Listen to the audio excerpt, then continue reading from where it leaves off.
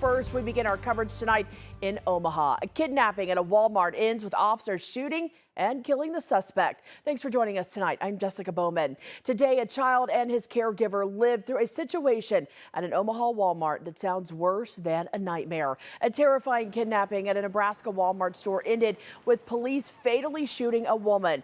Police say that woman approached a 3-year-old child and his caretaker inside the Omaha store. Using a knife to threaten the caretaker, she kidnapped the child. It happened just after 9 o'clock this morning. When police got to the scene, that's when they found a woman holding a knife to the child. Deputy Chief Scott Gray explained what happened next. He was holding a knife to a 3-year-old child that was in a shopping cart.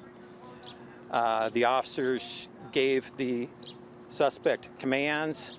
At what time there is video that shows the suspect swiping the knife at the child, cutting him across the face.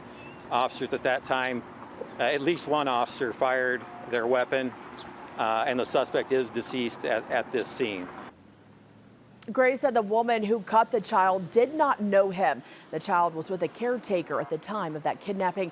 He's a 3-year-old little boy and at last check is recovering at a local Omaha hospital.